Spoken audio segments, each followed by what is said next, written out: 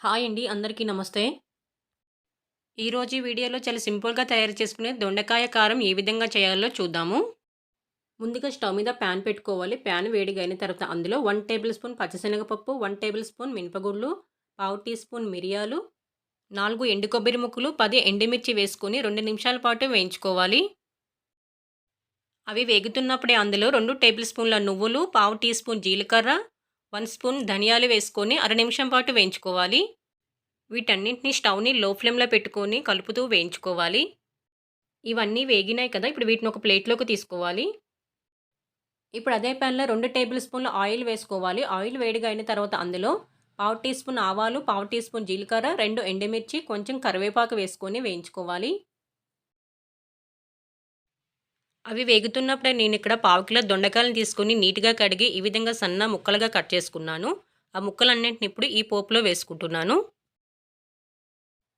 దొండకాయ ముక్కలు వేసుకున్న తర్వాత ఒకసారి ఈ విధంగా కలుపుకొని అందులో పావు టీ స్పూన్ పసుపు, రుచికి సరిపడా సాల్ట్ వేసుకోవాలి.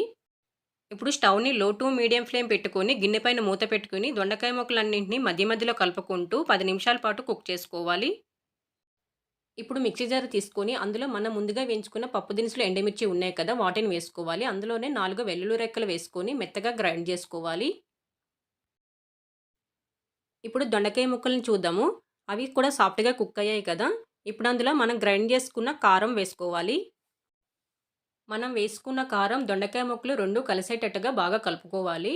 తర్వాత గిన్నె పైన మూత పెట్టుకొని ఇంకో 3 నిమిషాల పాటు కుక్ చేసుకోవాలి. 3 నిమిషాల తర్వాత దొండకాయ ముక్కలు, కారం 2 బాగా ఫ్రై అయ్యాయి కదా! ఇప్పుడు ఇందులో కొంచెం కొత్తిమీర వేసుకోవాలి. కొత్తిమీర వేసుకున్న తర్వాత ఒక్క నిమిషం పాటు ఇలా కలుపుతూ ఫ్రై చేసుకోవాలి. తర్వాత స్టవ్ ఆఫ్ చేసుకోవాలి.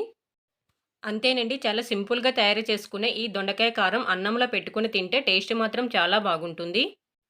మీకు ఈ రెసిపీ నచ్చినట్లయితే లైక్ చేయండి, షేర్ చేయండి. నా ఛానల్‌ని సబ్స్క్రైబ్ చేసుకోండి.